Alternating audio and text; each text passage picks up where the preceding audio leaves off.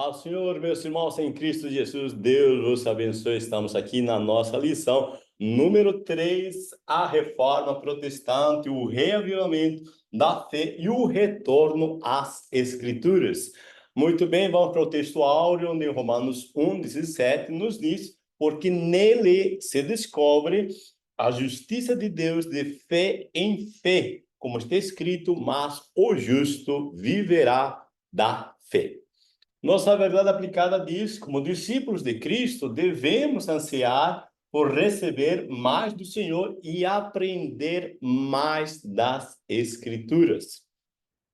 Temos 3 objetivos. Primeiro, identificar os precursores da Reforma Protestante. Segundo, ressaltar a importância da Reforma Protestante. E terceiro, reconhecer as implicações da Reforma Protestante. Tem referência a Romanos capítulo 1, versículo 16 ao 19, e você lê aí tranquilo no teu texto, na tua Bíblia, ok? Que eu já vou aqui para a nossa introdução. A introdução diz: a reforma protestante surgiu do fervoroso anseio de testemunhar mais no viver da igreja dos valores e crenças reveladas nas Escrituras.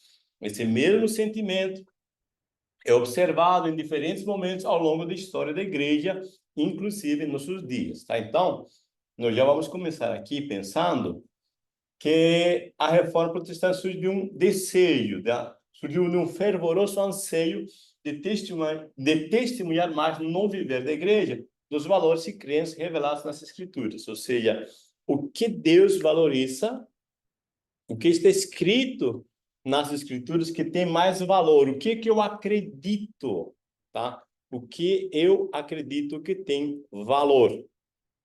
Então, vamos pensar, né?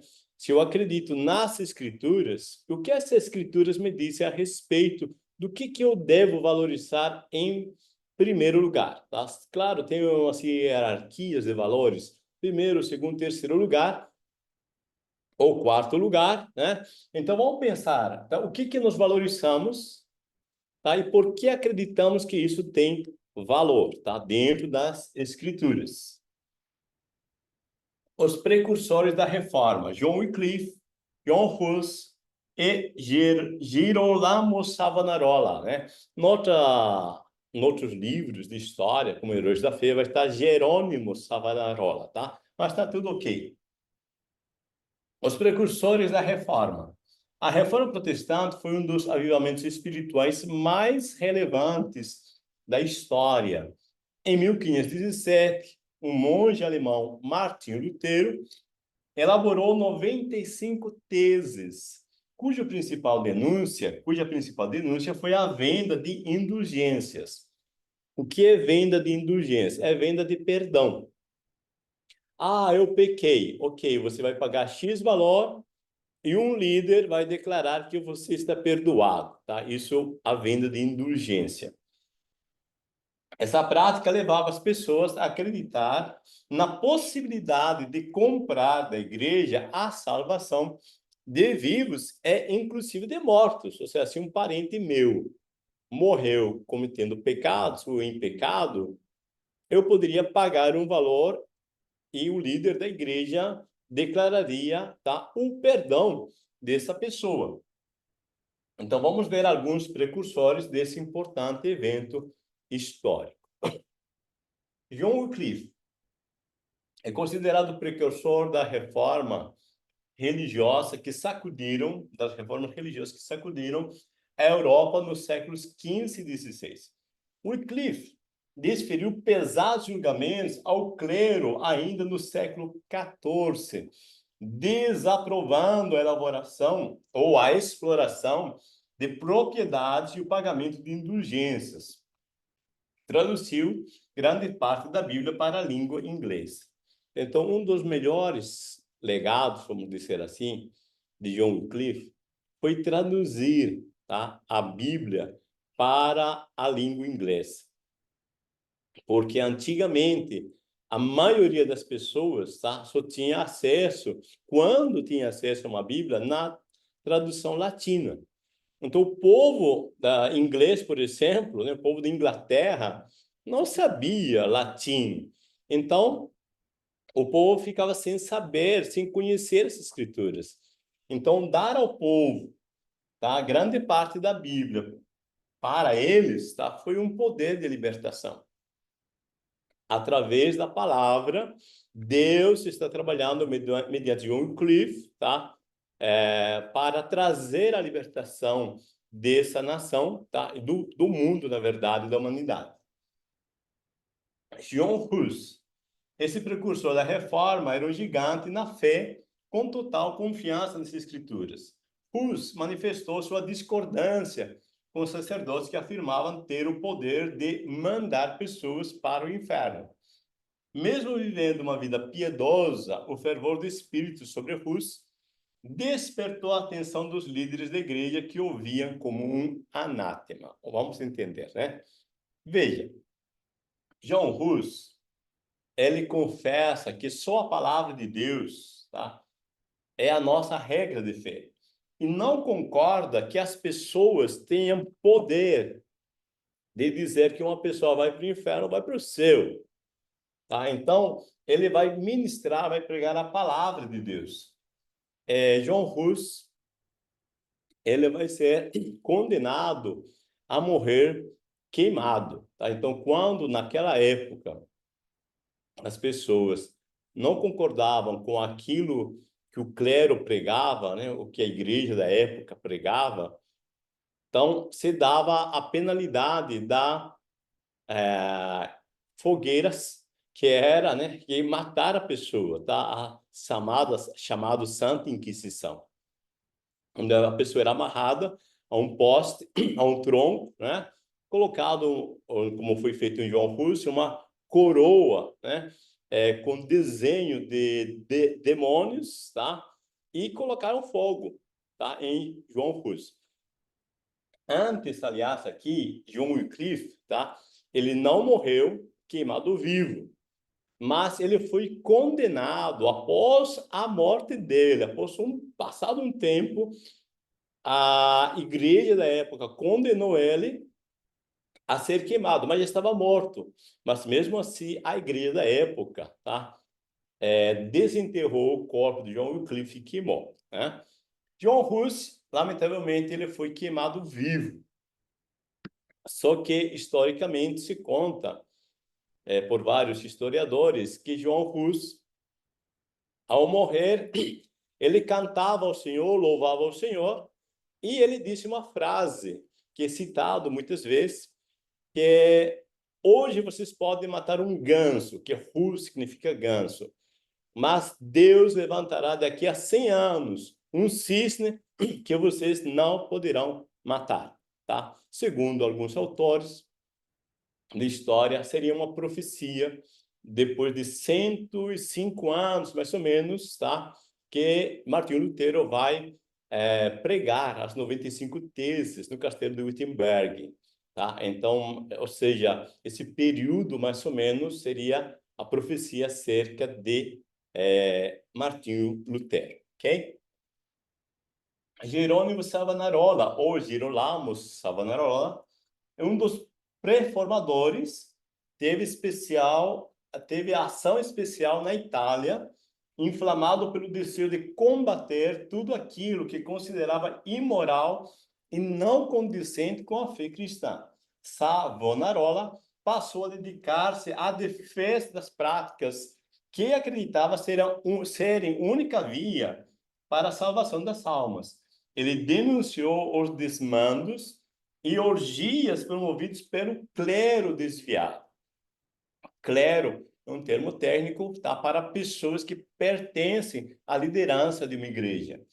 Depois de ter sido excomungado, foi enforcado e teve o corpo queimado. Então, esse era um castigo que as pessoas davam com a Santa Inquisição. O que eles pregavam como Santa Inquisição? Por que é santo? Está queimando a pessoa e algo santo. Segundo a interpretação deles, seria um favor queimar a pessoa para libertar a alma desses pecados, tá? e aí, né, está fazendo um favor, né? Eu vou queimar você, mas para purificar você, tá? Esse seria um favor que está fazendo, né, a estes homens de Deus. Então, Jerônimo Savonarola, também por discordar do pensamento desviado da época, da igreja da época, ele acabou sendo enforcado e queimado.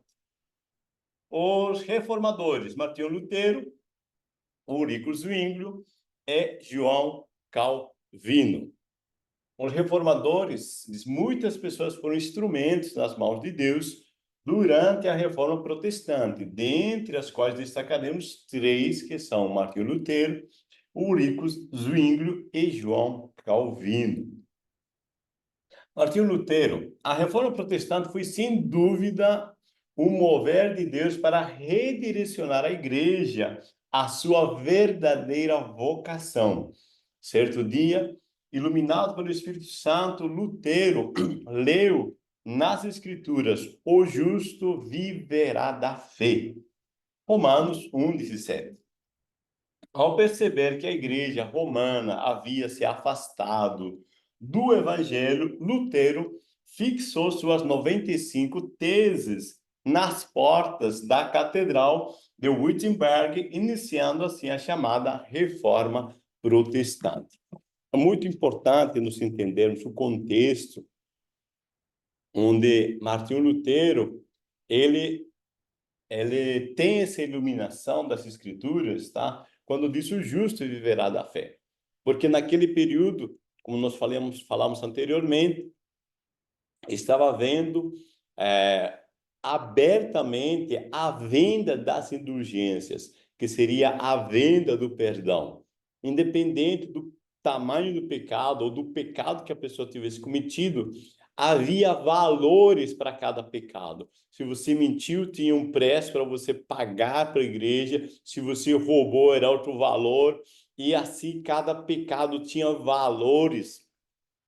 E mesmo se prometia o perdão se pagassem um valor acerca de uma pessoa que morreu em um crime, em um pecado que ela tinha cometido. Então, quando o vendedor das indulgências chega na diocese onde Martinho Lutero era o ministrante, ele confronta, ele diz assim: vamos pensar, tá? As teses, tá? Vamos ser bem objetivos aqui.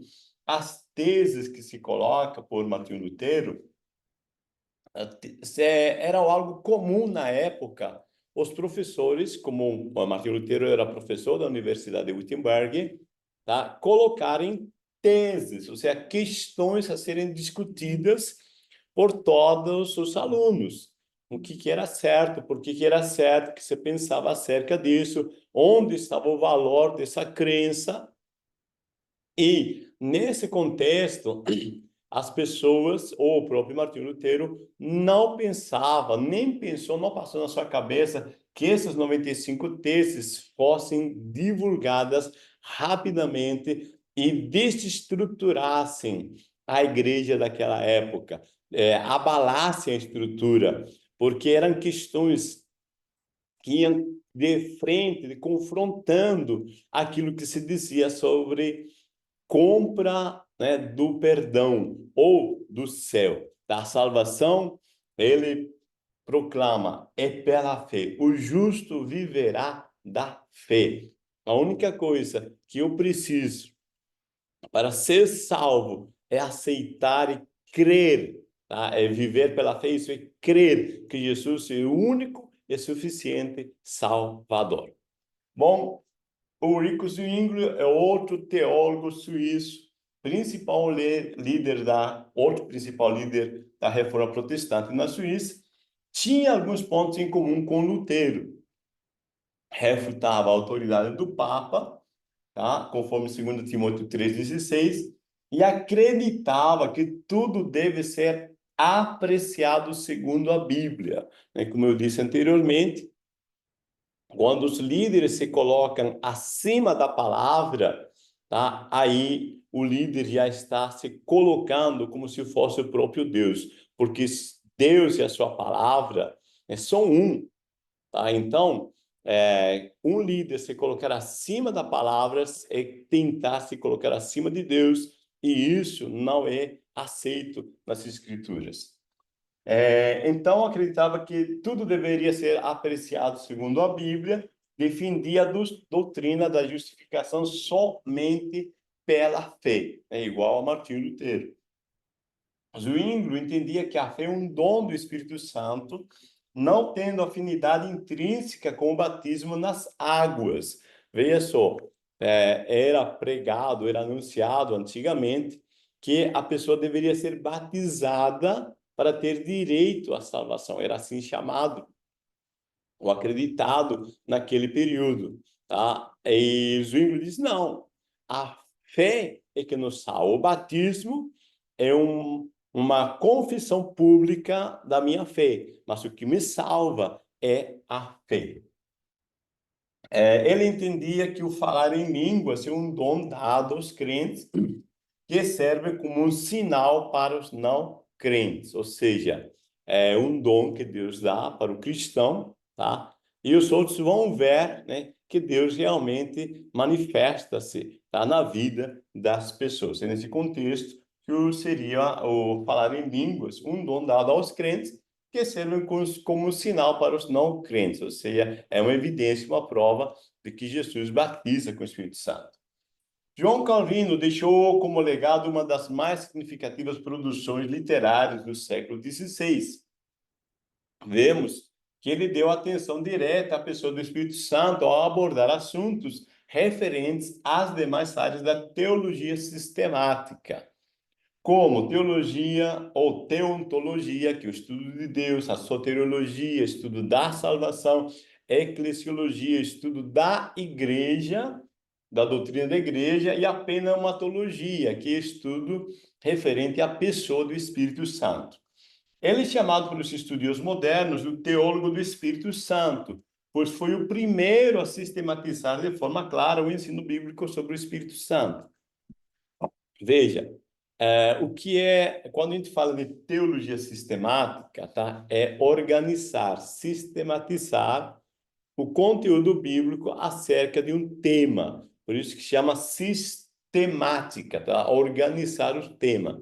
Então, João Calvino, ele organizou, tá? Ele pegou os textos referentes ao Espírito Santo e organizou o que a Bíblia mostrava, tá? Ou mostra acerca do Espírito Santo, assim, acerca de vários temas que ele trabalhou, tá? Então, por isso, ele é muito respeitado, considerado, tá? Um dos primeiros a organizar, né, a sistematizar, tá? A questão dos temas bíblicos.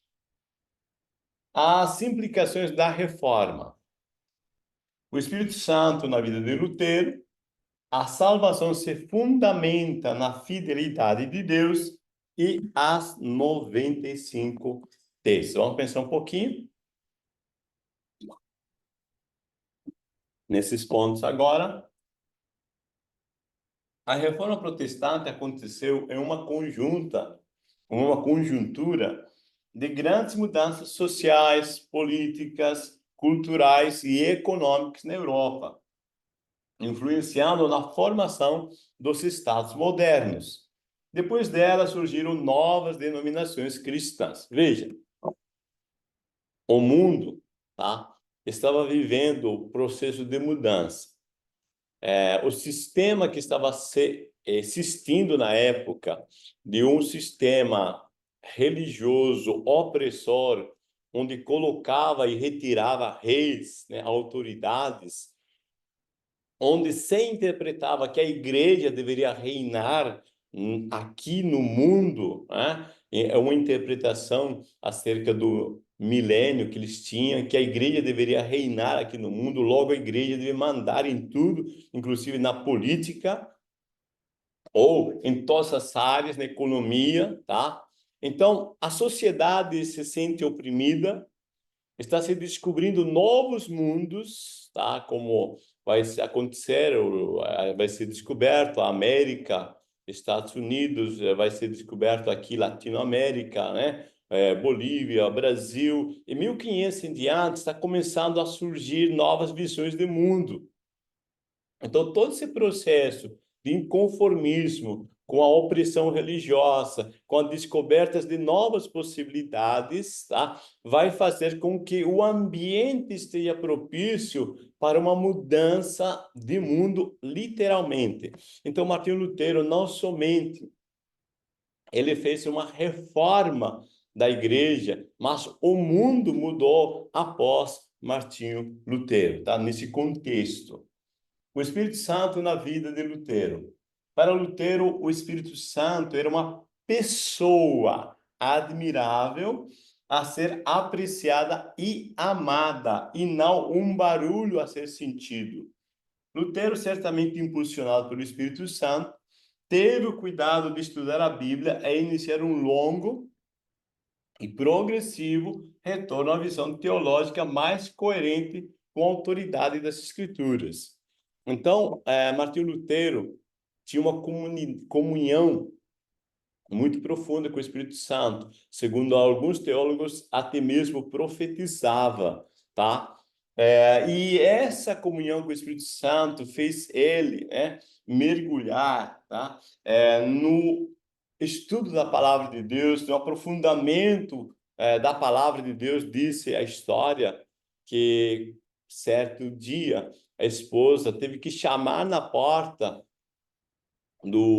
da sala de estudo de Lutero, porque Lutero já fazia mais de um dia que estava estudando, mergulhado na palavra de Deus, e estava assim totalmente, atencioso à palavra, sem pensar nem sequer em comer. Aí a esposa teve que chamar na porta para que ele pudesse se alimentar. Então, Martinho Lutero, uma pessoa inspirada pelo Espírito Santo, tá, com todo o cuidado de estudar a palavra de Deus. A salvação se fundamenta na fidelidade de Deus. Lutero estava descontente com as práticas e a posição do clero a respeito da salvação. Tá? Então, esse é o ponto-chave da reforma protestante. A salvação é uma ação de Deus, é um ato de Deus e não é um ato do ser humano. Tá? Então, quando se oferece salvação em troca de valores, ou venda de indulgência, tá? Então, Lutero disse assim, não. Tá? Ele via com tristeza a igreja defender a ideia de que a salvação não se dava pela fé apenas, mas pelas boas obras. Então, às vezes, se colocava como penitências, ir até Jerusalém, outras penitências, andar de joelhos, jejuns prolongados, para que as pessoas se sentissem, tá, merecedoras da salvação. Meu amado irmão, minha irmã, nós sabemos que a salvação, tá, nunca, nada nós poderemos fazer para merecer a salvação. A salvação é uma obra de Deus que ele fez na cruz. Jesus morreu em nosso lugar. Ele pagou o preço para o nosso pecado, que nós não tínhamos condições de pagar. Então, ele já pagou tudo. A salvação é um dom gratuito de Deus, é um presente de Deus. Então, Deus, ele pagou o presente e nos oferece. Toma o presente. A única questão que nós fazemos é aceitar. Tá? Então, não há obra, não há mérito no ser humano, tá, que possa lhe dar direito de salvação. Pregava-se, por exemplo, que a remissão dos pecados e a salvação da alma poderia ser obtida por meio de remunerações em dinheiro. Ou seja, a pessoa poderia comprar, inclusive, tá, isso está registrado na história, que a pessoa dizia, olha, eu vou pecar até próxima semana, então eu já posso pagar, A pessoa pagava o pecado antecipadamente, o ato de pecar. Então, isso realmente mexeu, tá? Descontentou Lutero e disse assim, não, a palavra de Deus, a salvação não funciona assim. Estes foram os fatores centrais que levaram Lutero a posicionar-se contra a Igreja Romana. Então, hoje, nós temos plena certeza pelas Escrituras que a salvação é unicamente por aceitar Jesus como nosso Salvador. Nada o homem pode fazer para ser salvo. Tá? Não estamos dizendo com isso que não devemos viver uma vida de santificação, tá? Mas a nossa própria justiça, disse o profeta, é como trapo de imundícia. Ou seja, por mais que eu me esforce para ter uma santidade e tentar ser justo, eu não vou conseguir, tá? Porque a nossa natureza está contaminada com o pecado. As 95 teses.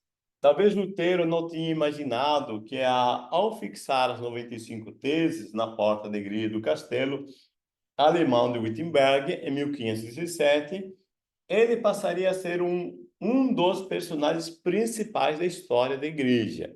Então, nós temos a história dividida entre antes e depois de Lutero. As 95 teses alastraram-se com rapidez pela Europa, ou seja, o povo estava com fome de saber a verdade, conhecer a verdade, mas não tinha um argumento, eles não tinham uma posição, não tinham palavras certas para expressar isso que eles queriam. Então, os 95 teses, né, eles se alastram, tá? Essa invenção, que no caso da impressão, que foi inventado naquele período, tá?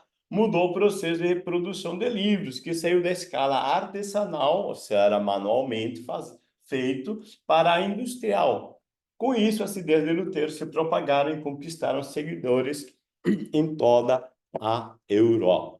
Meus amados, tudo tem um tempo determinado por Deus. Disse alguém que assim como o homem quer um tempo na vida, o tempo quer o seu homem. Lutero era o homem que estava dentro do seu tempo, no tempo que Deus preparou para que ele fosse esse canal, tá, de levar a palavra, transmitir a palavra para o mundo. Então, a impressão se acabou de inventar e agora todos os materiais, inclusive a Bíblia em alemão, tá, que Lutero traduziu, vai ser levado para o mundo. Meus amados, aqui é importante, levando isso aqui para nosso lado prático, tá? Vamos olhar para nós, se nós precisamos viver uma reforma em nós, tá? Não se preocupe com os outros, não olhe para os outros, olha para você. O que eu, na minha vida, preciso pensar? O que estou acreditando que às vezes não está conforme as Escrituras? O que eu estou pensando, acreditando e fazendo? O que eu posso mudar para estar melhor com Deus, para eu estar redirecionado para aquilo que Deus quer? Muito bem, nós identificamos os precursores da Reforma Protestante, ressaltamos a importância da Reforma Protestante e reconhecemos as implicações da Reforma Protestante, ou seja, cada pessoa nasce no seu tempo para um objetivo, para uma missão, como os precursores, depois vieram os reformadores e hoje nós estamos. Hoje é o nosso tempo. Eles passaram, nós ficamos. É o momento de nós fazermos uma reforma na nossa vida e assim influenciar vidas. Deus vos abençoe, meus amados. Uma boa EBD. Lembre-se de se inscrever no nosso canal, deixar seu joinha, compartilhar e, se quiser, pode comentar aí em nossos link do vídeo aí no nosso canal do YouTube. Deus vos abençoe. A paz do Senhor Jesus.